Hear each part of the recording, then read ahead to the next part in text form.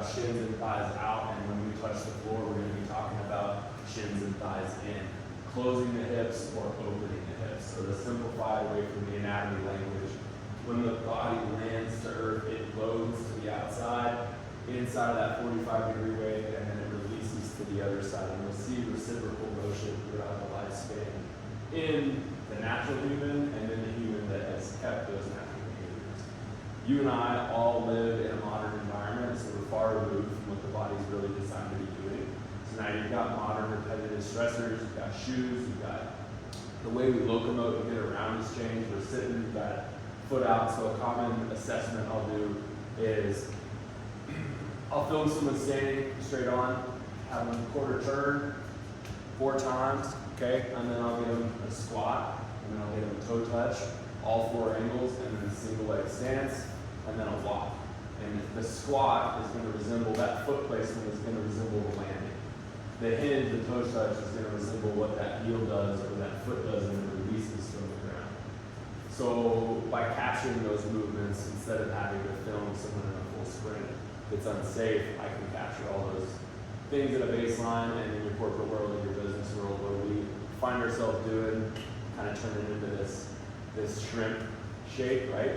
So the way the body is designed to sit, and the first thing we're going to do is a seated decompression, but it's actually a full squat. That butt goes, that hip should fully release and get down to that depth.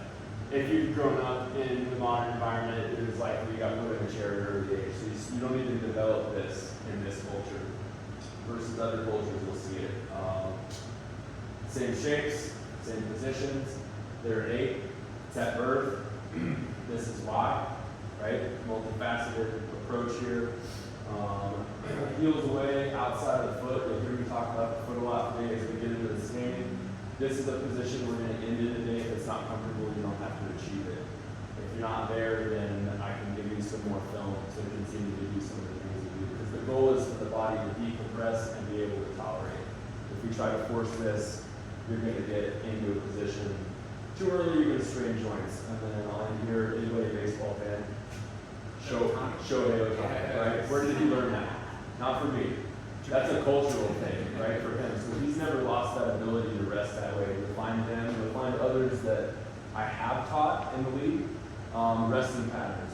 Zach Greinke is one of them. We kind of got made fun of a few years ago. He's in a mask. He's down in this position outside of the dugout.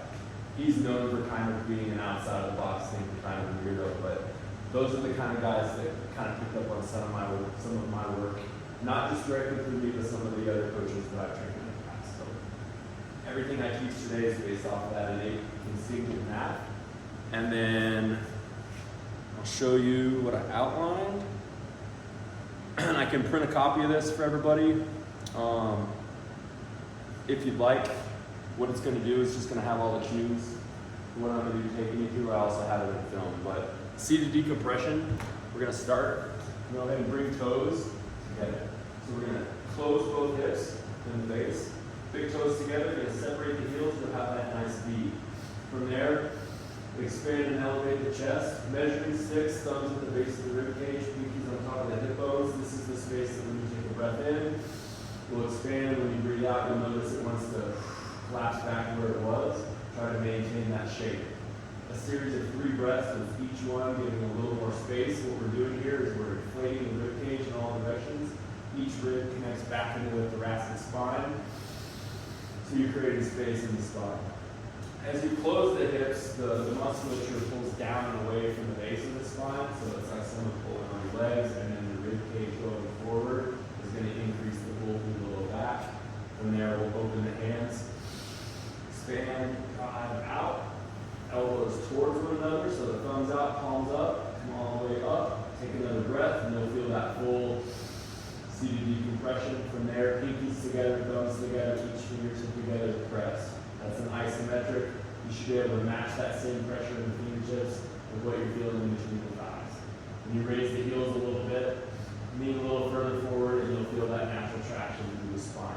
Another great piece here, a little hint right through here. Kind of line it up where the horizon or the wall meets the ceiling. This is a taller building, so it's a cue that, a little excessive, but find that slot out, and then the hips and the hands are not for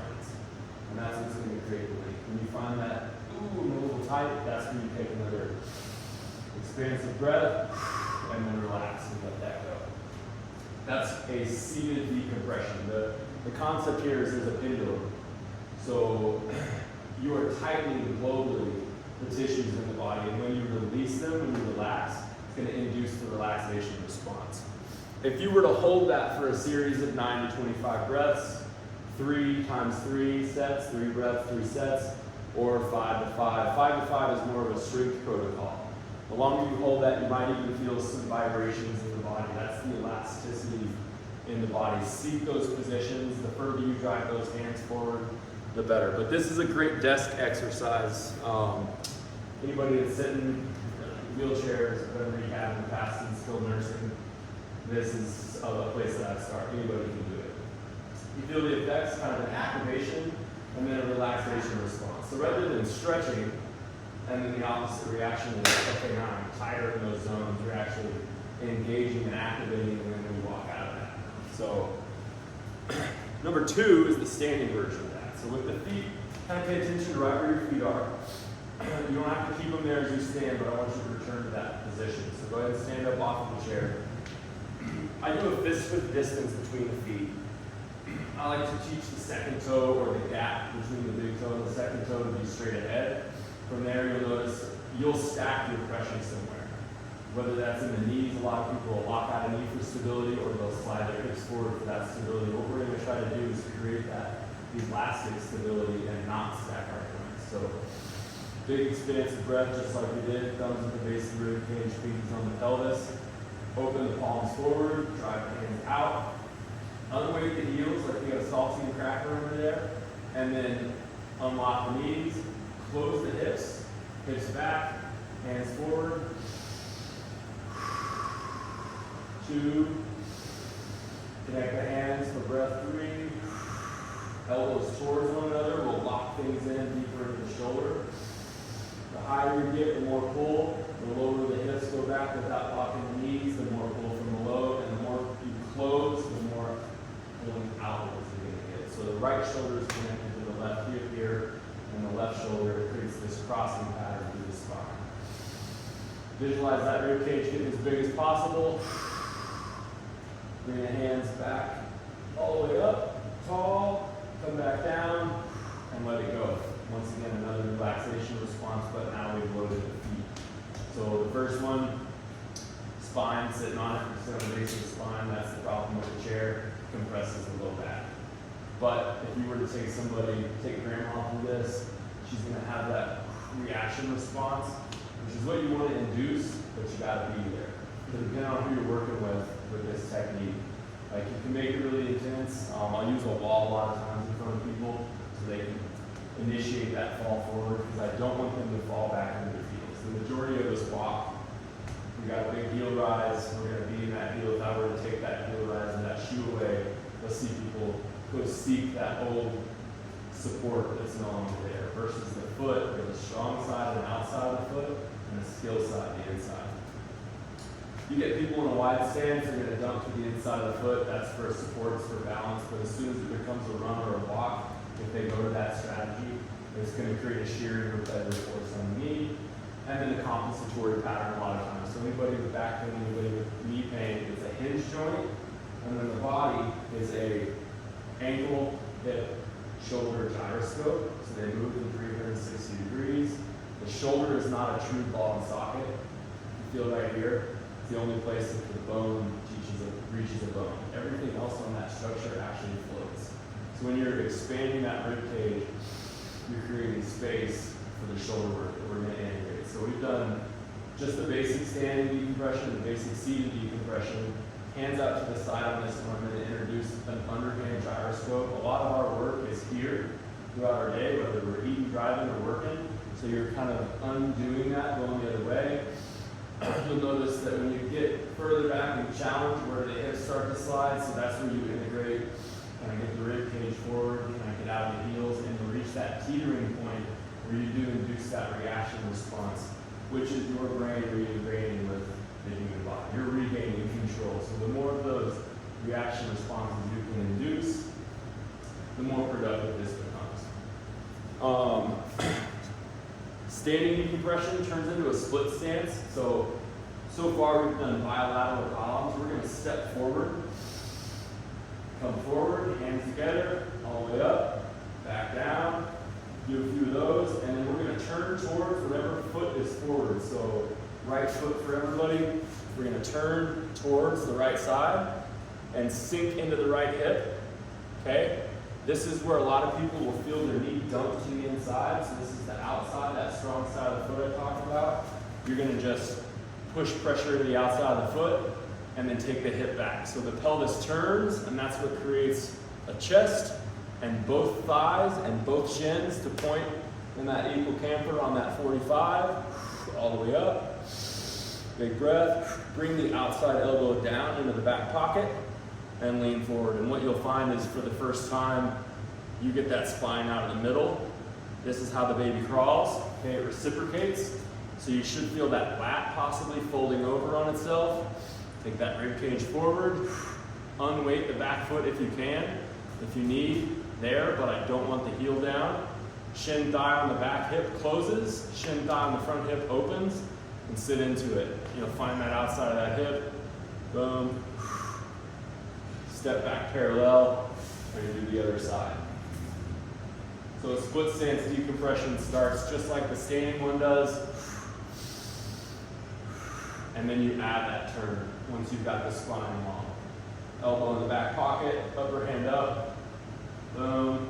Sink into the hip. Close the glute, close the hamstring. Make sure the knee doesn't cave to the inside, point it slightly out, and that happens at the ankle level. You feel that?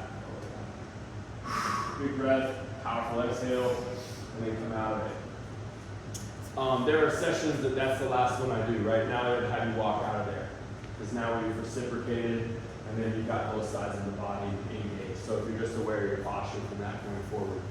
If you were to be going right back to a desk, which is what I've designed this one for, half kneeling decompression. So you're going to want a mat for this one. I'm going to take you, slow down here. Actually, keep you standing first, because what we'll do is we'll get into the split stance, and then we're going to get into that half knee. And we'll end up in a full knee today. So, kind of take you back through everything we've done. Quick review: seated decompression, standing decompression, split stance, kick the right foot forward, and then we're going to drop that back knee all the way down to the ground. Nice and easy. Front foot's going to be straight. You can pigeon toe it a little bit. If you pigeon toe the foot, what that's going to do is create more torque to the ankle. Just make sure that the knee stays out instead of dumping in. Straight foot is what I like to teach. And then the hip, the pelvis will turn, chest will turn towards the front side. One hand can go on the back of the knee, outside of the knee, the other hand on the outside of the hip. And you're going to look back at that back heel, and you're going to see if you've got anything that's kind of keeping you from being there. If you do, don't push past that point. Just respect that that's an area in the spine. Does anybody feel anything? Nothing? Cool, sweet, good. No? Right on. When you look back there, now you're going to raise the front heel, and then you're going to raise the eyes up on the horizon, and then look back a little further, and you'll find out if you were compensating by collapsing. From there, turn back towards the center, take that front hip straight back. So you kind of get lower in the ground. You'll feel the back of the knee. This is great for anybody with a knee compression, anybody with an old knee surgery. You can just kind of rock in here, keeping the hip off the ground. See that foot pointing where? So for you, yeah, so when you're walking, if I were filming you, I bet you're a toe out, right? 90% of people are. Totally, I'm a duck walker. So as you start to work on other tissues, you'll notice that the foot gets out of. Come on in. Let's do it.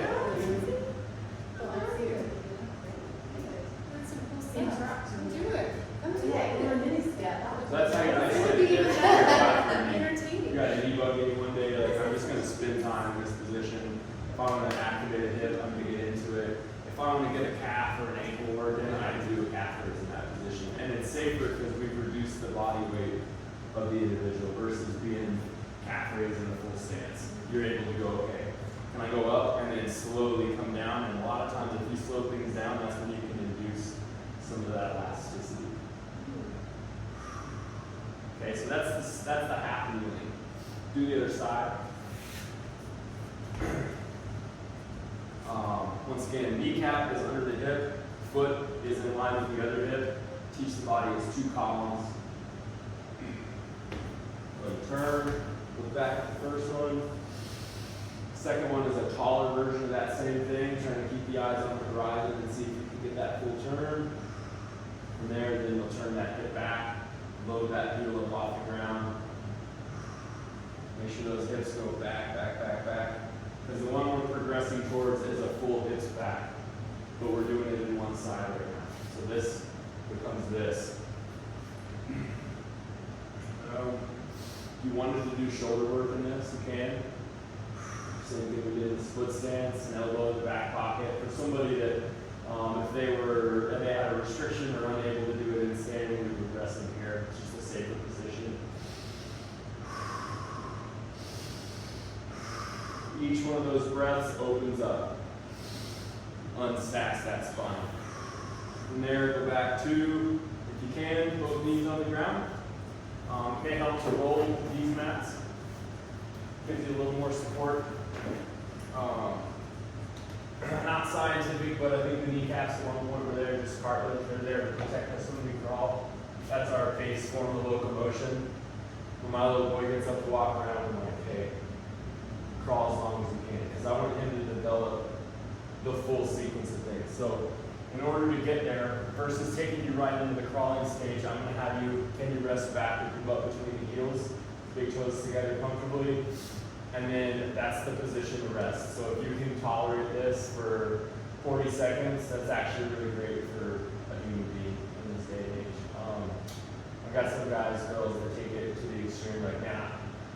I get sore. I'm like, well, how long have you been sitting there in that position? Like a long time. So what I'll do for them is explain to them that there's an active and a non-active rest. This is the non-active rest. If I want to make it active, I'm going to float those hips up off of those ankles. So it's not hips all the way forward, it's somewhere between those 2 points. Think of it as the squat. If you were to slowly descend, you're controlling the hips back between. And then same thing, you can do the kneeling decompression so that we do the same exercises today in all these positions. This is going to be the hardest one and the most beneficial for the launches because you're able to just load. You can integrate a reach and a movement. I will say I don't ever want to do, you would never do shoulders or neck while you were also doing the squat because then you've got too many moving parts and you open up the risk of a nerve compression or a strain. So you're picking one or the other. You either isolate the hands, lock them in, and then add the squat, or you can isolate the hips, lock them in, and add the shoulder work. So 3 types of shoulder work today in review: underhand gyroscopes, alternating reaches, and the last one is called an elbow pack, because you're packing the elbows back, and then you're closing them together. So 2-second hold in the front, 2-second hold in the back, whatever you can tolerate. Boom. If you wanted to get creative, then you could add that for acid gyroscope. That's it. That's the movement. So you should be able to be really efficient with this work and take some intentional breaks, or even if it's not even a break, it doesn't have to be